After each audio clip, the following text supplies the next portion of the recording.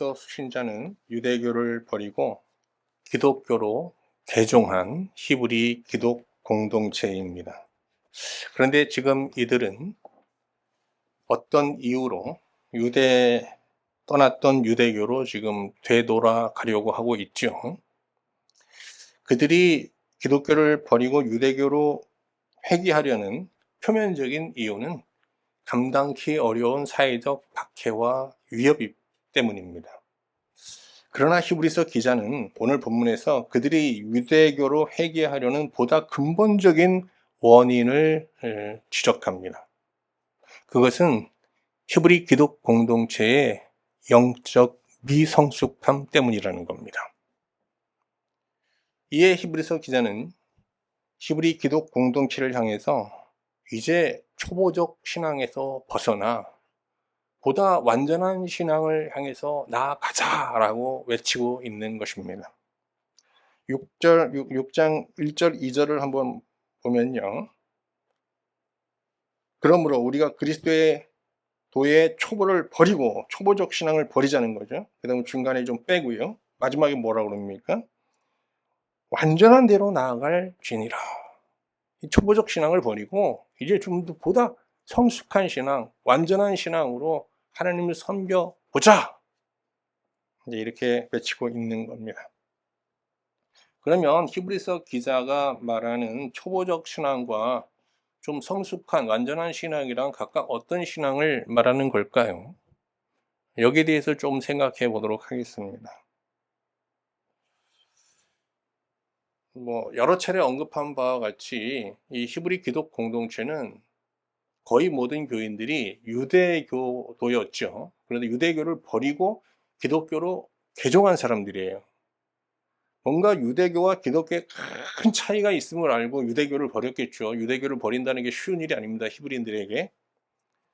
이 과정에서 그들은 하나님의 영원한 심판을 직시하게 되었고 그 심판 앞에서 자신의 죽은 행실을 회개하는, 유대교는 행위의 죄만 회개하잖아요. 근데 기독교는 이제 행위뿐만 아니라 마음으로 우리의 본성으로 범한 모든 존재의 죄까지 이제 회개하지 않습니까? 이런 신앙을 경험한 거예요.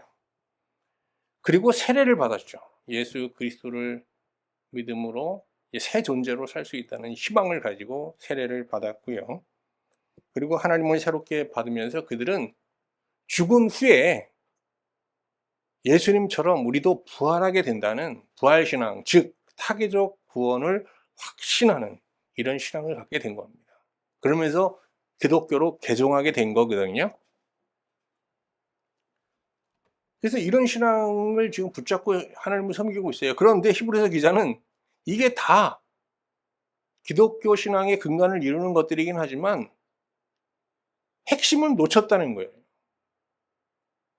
이거는 우리가 하나님과의 사귐이라는 현재적 구원을 얻기 위한 수단들이지 이 자체가 기독교 신앙의 핵심 요체는 아니다라고 말하고 있는 겁니다. 기독교에서 말하는 구원은 죽어서 천국 가는 타계적 구원을 부정하지 않죠. 그러나 그것을 넘어서 지금 여기서 현재 속에서 누리는 구원이어야 한다는 겁니다. 그 구원, 현재적 구원에 이르지 못하는 신앙은 다 히브리서 기자는 미성숙한 신앙이다. 그것은 초보적 신앙이다. 그건 하나의 수단이지 목적이 아니다. 이렇게 얘기하고 있는 것이죠.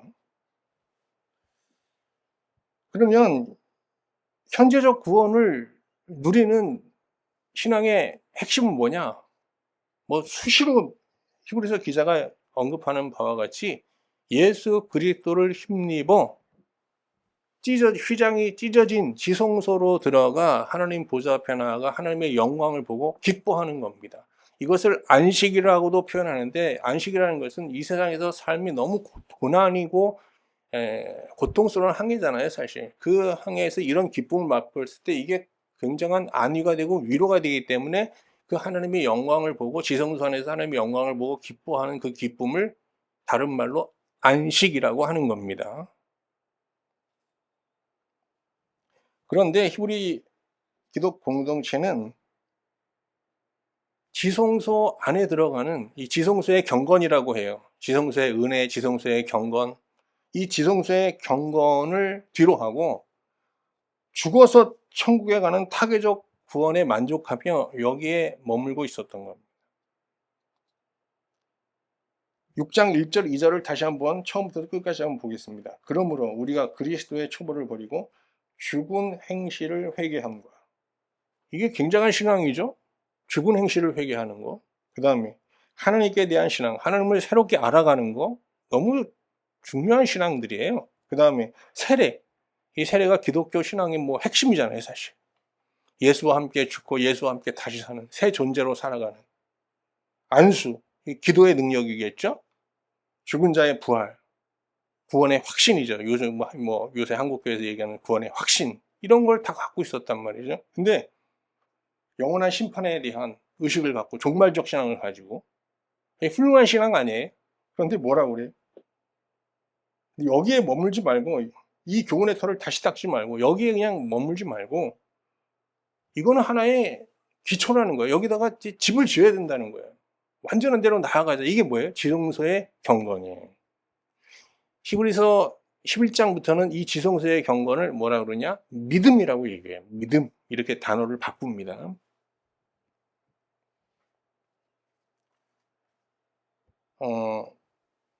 근데 우리가 신앙에 처음 예수를 믿었으면은 이런 초보적 신앙부터 닦아 나가야 되잖아요. 기초를. 그죠? 그런데 히브리 기독 공동체, 이 히브리서의 수신자들은 지금 예수님을 믿은 지, 기독교로 계속한 지 꽤 오래된 사람들이에요. 그래서 히브리서 기자가 봤을 땐 이 사람들이 지금 이렇게 초보적 신앙에 머물지 않고 이제는 어떤 하나님과 사귐의 신앙, 지성소의 은혜를 누리고 이런 은혜를 모르는 자들을 잘 돌봐서 그 지성소의 은혜로 인도하는 그런 선생과 같은 역할을 해야 되는데 아직도 어린아이 같은 영적 수준에 머물러 있다는 것이죠. 히브리서 5장 12절 한번 보세요. 5장 12절. 때가 오래되었으므로, 믿은 지가 오래됐다는 거예요, 이 사람들이. 너희가 마땅히 선생이 되었을 터인데 너희가 다시 하나님 말씀의 초보에 대하여 누구에게 가르침을 받아야 할 처지이니 단단한 음식을 못 먹고 젖이나 먹어야 할 자가 되었다. 아직 영적 어린아이 수준에서 벗어나지 못하고 있다는 지적이죠. 여기서 선생이란 교회 내 아직 하나님의 사귐의 이 신앙에 참여하지 못하는 미성숙한 신자를 사귐의 자리로 인도하는 제사장 역할을 하는 성숙한 신자를 말하는 겁니다. 이렇게 그들은 지금 이렇게 이 정도 믿었고 이 정도 신앙 훈련을 받았으면 이제 선생이 되어야 하는데 여전히 신앙의 초보에 집착하면서 미성숙한 자리에 머물고 있다는 것입니다. 정서적으로 미성숙한 사람을 심리학에서는 성인아이라고 그러잖아요. 몸은 성인이 됐는데 정서적으로 정신적으로 어린아이같이 다른 사람을 의존하고 사는 사람을 성인아이라고 하잖아요. 그러니까 지금 히브리서 기자가 뭡니까? 히브리 기독 공동체 성도들이 지금 영적으로 성인아이 수준에 머물러 있다는 거예요. 지금 성인이 되어 있는데 외적으로는 실제로 내적으로는 아이 수준에 머물러 있는 거 아니냐는 거예요. 그가 이렇게 지금 어떤 회개의 신앙, 세례에 근거한 믿음의 신앙, 영원한 심판과 죽은 자의 부활을 확신하는 부활신앙, 어떤 안수와 같은 중보기도 신앙, 이런 신앙생활에 매진하면서 나름 열정적으로 하나님을 섬기고 있는 이 히브리 기독 공동체 성도들을 이렇게 미성숙한 영적 미숙아 취급을 하는 근거는 그들이 지성소의 은혜를 누리지 못하고 있다는 겁니다. 다시 말하면 안식이 없다는 거예요, 그들 안에.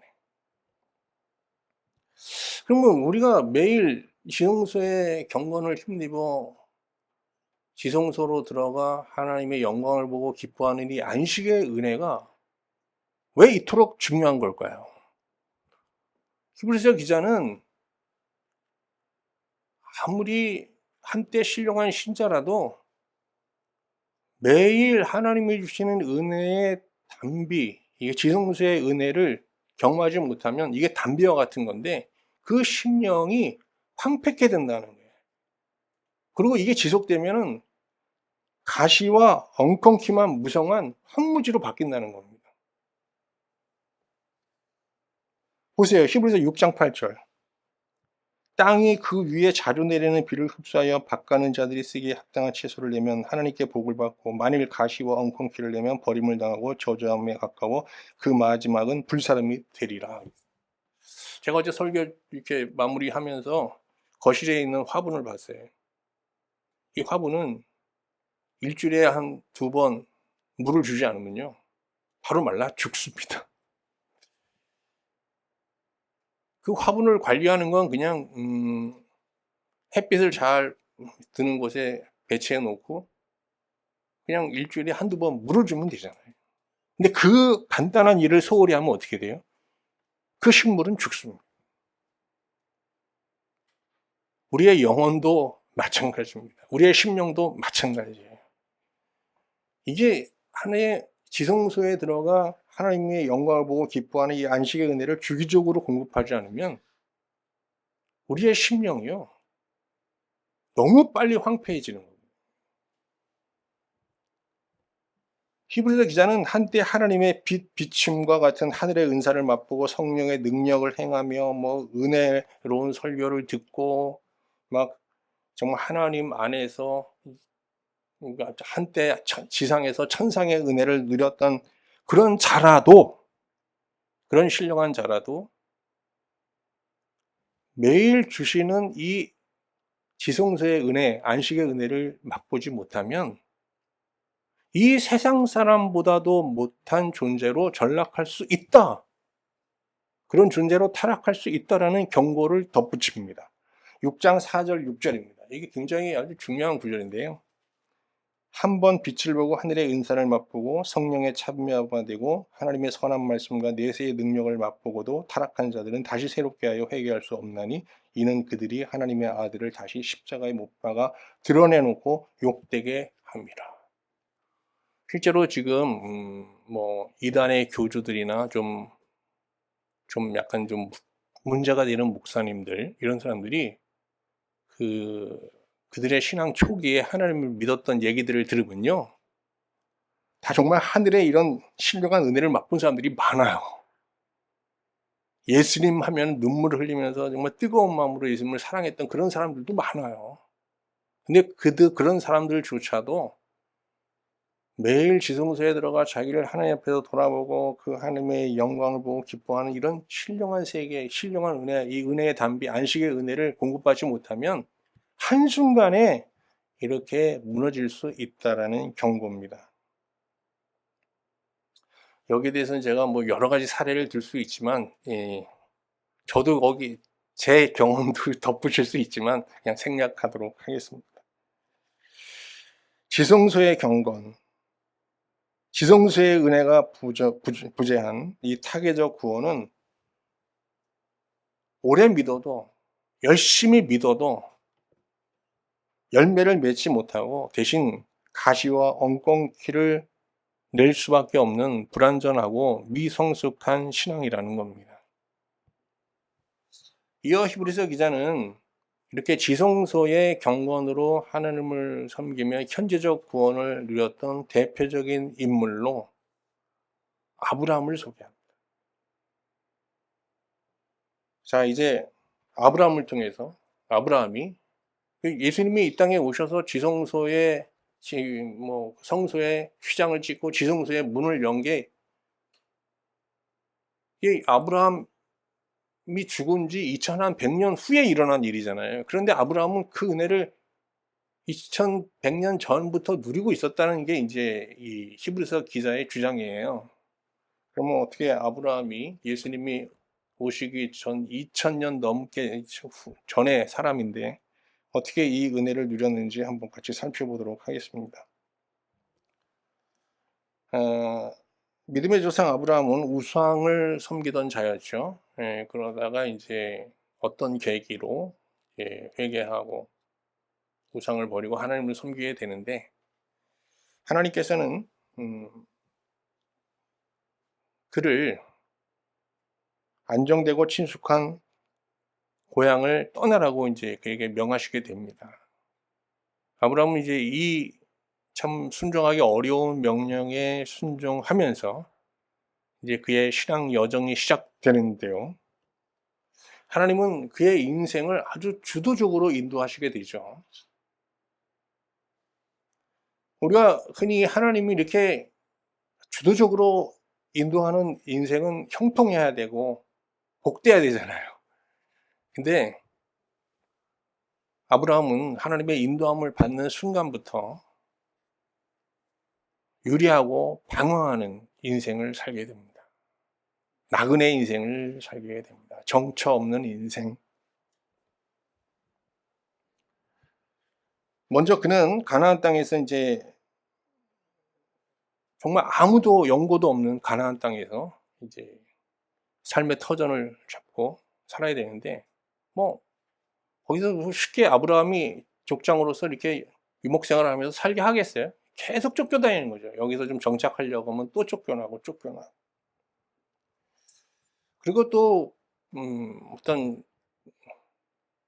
가뭄이 오고 이럴 때는 더 이상 살 수가 없어서 이제 애굽으로 내려가서 이제 먹을 양식을 구하는데, 이 과정에서 자기 아내를 누이라고 속이는 이런 정말 치졸한 행동까지 이제 범하게 되는 참 비참한 삶을 이렇게 살게 됩니다. 그는 또 자식이 없었는데요. 또 자식처럼 여기던 롯과 이제 경제적인 문제로 갈등을 겪다가 헤어지는 슬픔도 겪어야 했습니다. 때로는 목숨을 걸고 가족들과 또 자기 동료들을 구하기 위해서 전쟁을 치러야 했고요. 근데 이런 와중에서 하나님은 아브라함과 언약을 맺으면서 자식이 없는 아브라함에게 네 자손을 통해서 이 땅, 네가 지금 방황하고 있는 이 땅에 나라를 세우겠다. 그리고 그 자손을 통해서 열방을 구원하시겠다라는 좀 믿기 어려운 황당한 약속을 복으로 주셨습니다. 여러분과 제가 잘 아시는 대로 나라 건립의 약속은 450년 후 여호수아를 통해서 성취되었습니다. 그리고 열방 구원의 약속은 예수 그리스도를 통해서 2100년 후에 성취되었잖아요. 그래서 지금 교회라는 이런 공동체가 전 세계에 세워진 거 아니에요? 하늘의 무별처럼 바닷가의 모래알처럼 말이죠. 그런데 이렇게 어마어마한 약속을 받았지만 아브라함은 100세까지 자식이 없었잖아요. 그러다가 이제 100세가 돼서 딱 독자 하나 이삭을 얻게 된 겁니다. 근데 하나님께서 그 이삭을 또 바치라고 하시잖아요. 참 힘듭니다, 신앙생활. 그래서 또 그냥 바쳐요. 근데 하나님께서 그 이삭을 받지는 않고요. 그의 믿음만 받으시고 이삭을 돌려주셨죠. 그러면서 그 자리에서 또 나라에 대한 약속, 열방에 대한 약속을 다시 한번 이제 확증하시게 되거든요. 하나님의 이름으로. 하나님이 맹세하세요. 아브라함한테. 야, 내 이름을 걸고 너한테 약속한다. 약속하는 거. 근데 이렇게 나라를 약속받고 열방 구원을 약속받은 아브라함, 아내가 세상을 떠나게 됐는데요. 아내의 시신을 모실 무덤 하나 없었어요.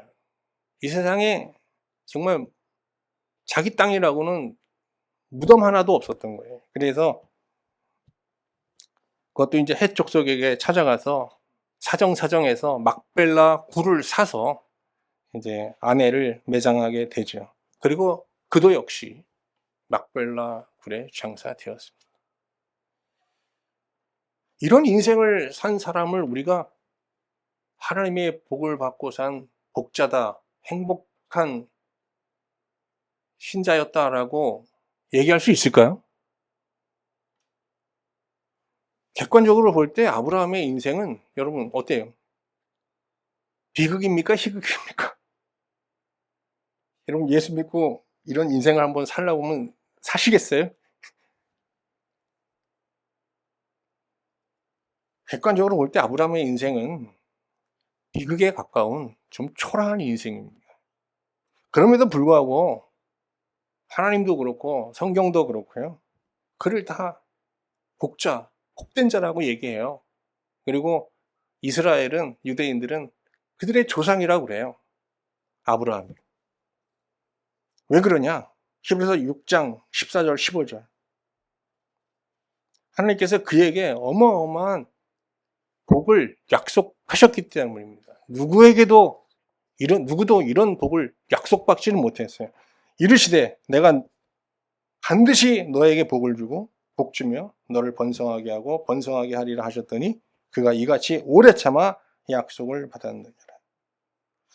히브리서 기자는 아브라함이 오래 참아서 이 약속에 받았다고 말해요. 그러면 아브라함은 죽은 후에 나라가 이루어지는 복은 450년 후에 받겠잖아요. 그죠? 그 오래 참아라는 건 450년이 돼요. 열방 구원은 예수 그리스도를 통해서 이루어진 열방 구원은 언제? 2100년 후가 되는 거잖아요. 그런데 잘 보면요. 보세요. 그가 이같이 오래 참아 약속을 받았다 그랬는데요. 원어에 보니까 받았다라는 게 현재형으로 되어 있어요. 현재형. 그리고 히브리서에서는요. 뭘 누린다, 받는다, 하나님의 나라를 받는다. 이게 다 미래가 아니라 하나님께서 미래의 약속으로 주신 것을 다 현재형으로, 현재 누려야 된다고 말합니다. 그러면 아브라함은 어떻게 2100년 후 성취될 구원을 현재라는 시간 속에서 앞당겨 받을 수 있었겠냐는 겁니다. 어떻게 이게 가능할까요?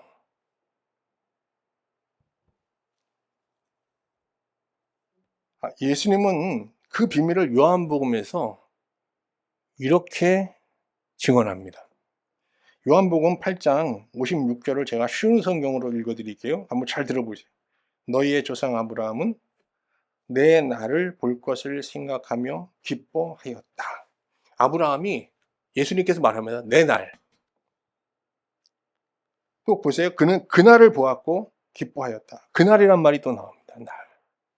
그럼 여기서 그 날이란 어떤 날을 말하는 거예요? 그리스도가 십자가에서 죽으시고 하나님의 복음을 성취하여 자기를 믿는 모든 자들을 지성소로 인도하시는 그날을 말하는 겁니다. 다시 말하면 지성소를 가리고 있는 휘장을 찢은 날, 해체시킨 날을 말하는 겁니다. 이전까지 지성소는 하나님이 거하시는 거룩한 처소지만 부정한 인간이 들어갈 수 없는 불가침의 영역이었잖아요. 그러나 그날 이후 지성소는 예수 그리스도를 믿음으로 죄사함을 받는 자는 누구나 들어갈 수 있는 열린 처소가 된 겁니다. 그러므로 지성소는 믿는 자의 궁극적인 소망, 피난처, 즉 안식할 처소가 되어야 하는 것입니다. 자, 그래서 이제 꼭 기억하시기 바랍니다. 이런 이제 명제가 만들어지는 겁니다. 히브리서 기자가 얘기하는 겁니다. 지성소는 예수님께서 휘장을 찢어 열어놓은 그 지성소는 그리스도인의 뭐가 되어야 된다? 소망이 되어야 된다. 항상 그 지성소에 들어보자 하는 소망은 뭔가 하면 번역이 좀 약한데요. 뜨거운 열망입니다. 우리가 막 돈을 벌고 싶어 하는 열망, 뭐 성공하고 싶어 하는 열망, 이런 열망이 있잖아요. 그거보다 더 뜨거운 열망. 어디? 지성소의 은혜를 구하는 열망. 이 지성소는 우리의 열망이 되어야 된다. 이렇게 얘기하고 있는 겁니다. 아브라함은 예수님이 오시기도 전에 예수님께서 이루실 그 구원을 바라보면서 그날을 봤어요. 그리고 기뻐했단 말이죠. 그러면 무슨 얘기예요? 이게 기뻐했다는 건? 지성소에 들어갔다는 거예요? 안 들어갔다는 거예요? 들어갔다는 거예요. 오실 예수. 우리는 이미 예수님이 오셔서 이루신 복음을 믿음으로 지성소에 들어가잖아요.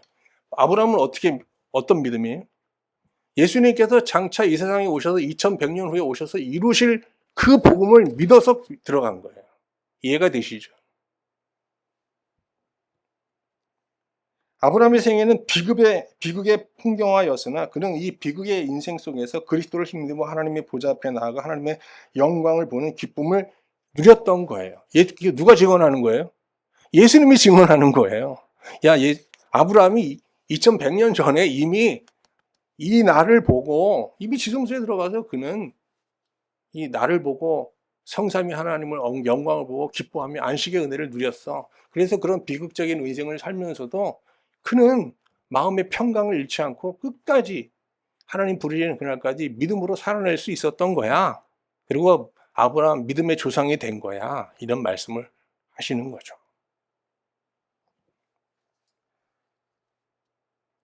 그래서 아브라함이 어떻게 정말 광야와 가나안 땅을 유리방황하면서도 끝까지 믿음을 잃지 않고 결국 하나님의 품에 안기게 되었느냐? 이 소망이 있었다는 거예요. 지성소의 소망. 그것은 마치 그 아브라함의 영혼의 닭과 같은 역할을 했다라고 히브리서 기자는 말합니다. 자, 히브리서 6장 19절. 우리가 이 소망을 가지고 있는 것은 영혼의 닭 같아서 튼튼하고 견고하여 휘장 안에 들어가나니. 이제 이 말의 의미 아시겠죠? 잘 모르시나? 전달이 됐을 것 같은데. 여기서 말하는 소망은 그리스도가 십자가의 죽으심으로 찢어 놓으신 그 휘장을 지나 하나님이 계신 지성소로 들어가는 겁니다. 실제로 예수님이 십자가에 죽으시는 날 마태복음에 보면요, 그 휘장이 위로부터 아래까지 찢어져 둘이 되었다라고 증언하고 있죠. 날마다 예수 그리스도를 힘입어 지성소로 들어가는 길은 하나님이 맹세하신 복 중의 복, 그걸 최고의 복, 지복이라고 하는 겁니다. 신자는 이 복을 늘 열망하며 살아야 되는 겁니다. 소망하며 살아야 되는 겁니다. 히브리서 10장 19절 20절 말씀 보겠습니다. 그러므로 형제들아 우리가 예수의 피를 힘입어 지성소로 들어갈 담력을 얻었나니 그 길은 우리를 위하여 휘장 가운데로 열어놓으신 새로운 살 길이요 휘장은 곧 그의 육체니라.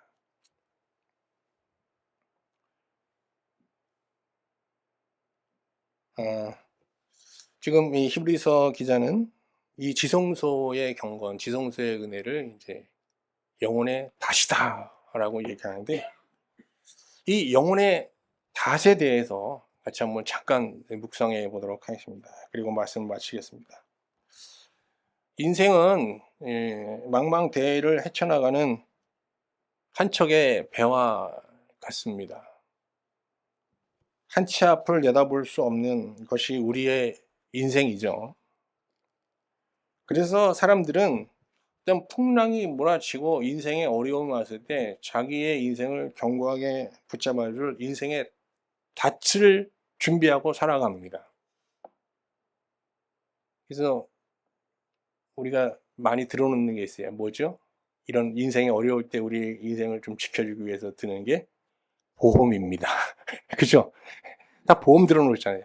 건강보험, 생명보험 등등등등. 세상에 속한 사람들이 구하는 견고한 인생의 가치라는 것은 안정된 직장, 건강한 육신, 육체, 좀 죽을 때까지 쓰고도 남을 만한 여유로운 경제, 견고한 인간관계 등등 아니겠어요? 그리고 여러 개 들어놓은 각종 보험, 이런 것들이 영혼의 닻이라고 볼 수 있겠죠. 여러분 지금 어떤 영혼의 닻을 가지고 망망대해 같은 인생을 헤쳐나가고 계십니까? 아브라함은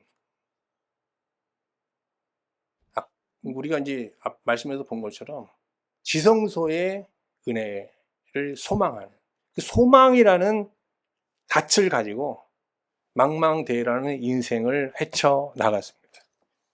그리고 결국은 하나님 품에 안겨 믿음의 조상이 된 것이죠. 한번 히브리서 6장 19절 말씀 다시 한번 확인해 볼까요? 우리가 이 소망을 가지고 있는 것은 영혼의 닭 같아서 튼튼하고 견고하여 휘장에 들어가나니. 이 소망은 신자가 언제라도 예수 그리스도를 힘입어 하나님 보좌 앞에 나아가 하나님 안에서 누릴 수 있는 열린 은혜입니다. 영혼의 아버지 집, 그것을 알기까지 우리 인생은 상황의 파도가 부는 대로 요동치는 삶에서 벗어날 수 없습니다. 흔들리는 인생을 살 수밖에 없습니다. 참으로 복된 자는 시험의 바람이 휘몰아치는 광망대해 같은 세상에서 안전하고 견고한 영혼의 닻을 내리고 하나님 안에서 안식하며 인내할 수 있는 그런 자잖아요. 지금 히브리 기독 공동체는 외적인 어떤 박해를 견디지 못하고 기독교를 버리고 유대교로 가려고 하고 있습니다. 왜? 흔들리고 있는 거죠. 근데 이 흔들림 속에서 그들을 붙잡아 줄 영혼의 닻이 있습니까? 없습니까? 없다는 겁니다. 지금이라도 이 영혼의 닷, 지성소의 경건, 지성소의 은혜를 열망하며 이걸 누리는 그런 영혼의 닷을 준비할 수 있다면 아무리 지금 우리 공동체를 위협하는 사회적인 박해와 위협이 강하게 몰아쳐와도 흔들림 없이 우리는 이 길을 계속 갈 수 있다라고 얘기하는 게 이제 히브리서 기자의 외침인 것입니다.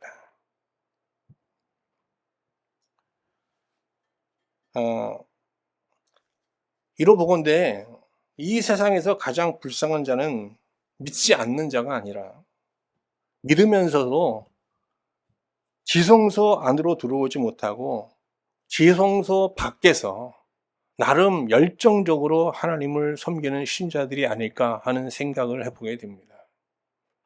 오늘 히브리서 기자의 표현대로 하면 초보적 신앙에 머물러 있는 신자들 말이죠.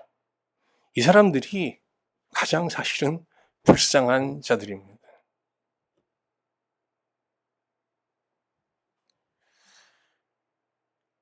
우리 주변에 보면요, 한때 정말 잘 믿다가도 거센 풍랑을 만나 중심을 잃어버리고 그 신앙이 파손된 사람들을 어렵지 않게 만날 수 있습니다.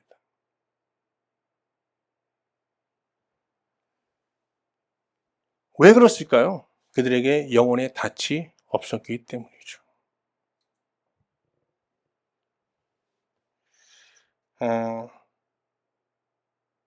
우리 크로스비 여사는 찬송가 이제 391장에서 이 하나님이 그에게 주신 영혼의 닻을 가지고 평화를 누리면서 경험했던 그 은혜들을 작시한 내용이 나옵니다. 오늘 우리 이 찬양 부르면서 다시 한번 오늘 하나님께서 우리에게 주시는 은혜를 마음에 한번 되새겨 보도록 하겠습니다.